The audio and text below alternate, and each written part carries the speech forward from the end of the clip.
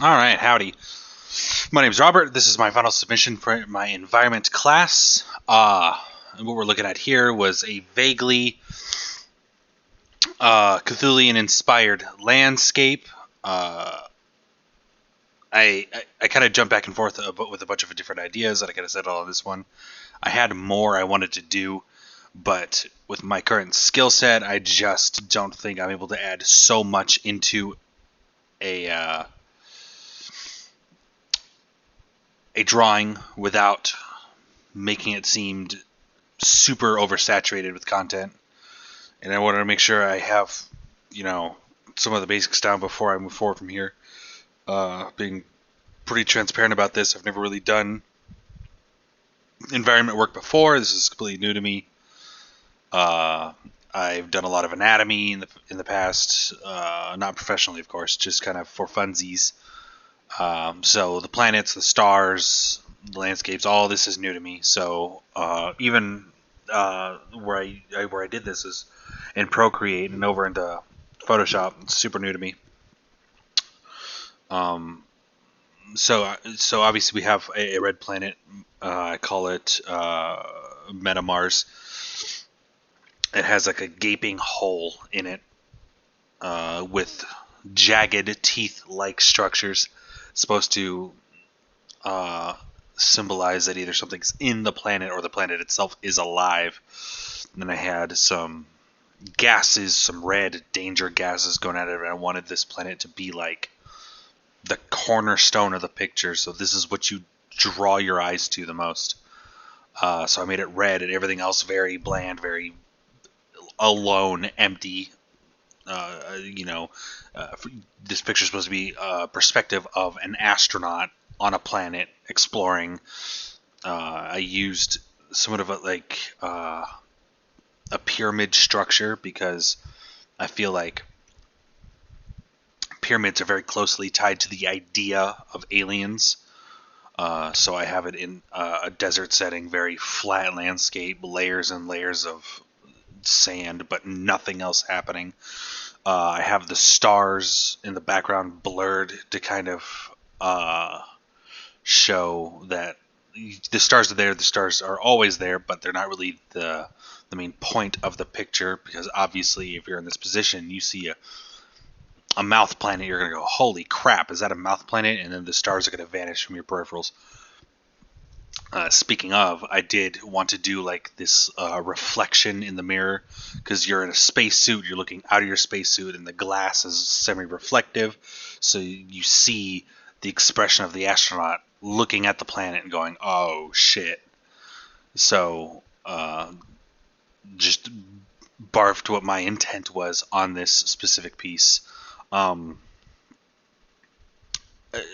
All my years doodling and drawing and posing and stuff, I've never really done a whole lot of the what we did in this class was you draw one thing and then you draw that thing 20 different times, different iterations doing different things. I'd never done that before. It was super new to me, and it was difficult to get the motivation to do it because it's not something I was familiar with. But it's helpful. I wonder if I can, from here, don't look at my stuff, like the faces here, super hoping, don't look at any of this. Right here. So I did like different iterations of like what I wanted the planet to look like. This right here is what I wanted to go with, but I wanted the planet to be so big that I feel like these arms, these tendrils, this smoke would go off screen and kind of defeat the purpose of it. So this is the focus I went. But I had drawn different iterations of like the planet cracking, destroying, barfing, cut in half. The whole planet is the monster itself. Or maybe it's being invaded and leached upon. But I had all those different ideas. And I thought that was a super cool technique to use for brainstorming. I'll probably take that with me into the future.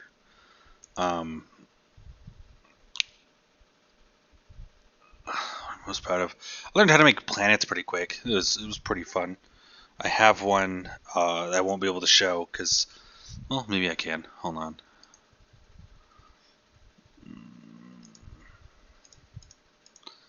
Oh, that just closed all the Photoshop, the whole shebang. I did a planet that wasn't vaguely gas giant esque. In reference, I used Pluto as a reference. Don't look at any of this. This is irrelevant. Stop looking at my Photoshop. But I thought it was super cool.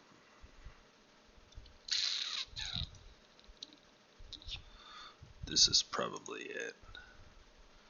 These are all the rough drafts, and you can see like kind of the work I did here with the astronauts and facial expressions. Yes.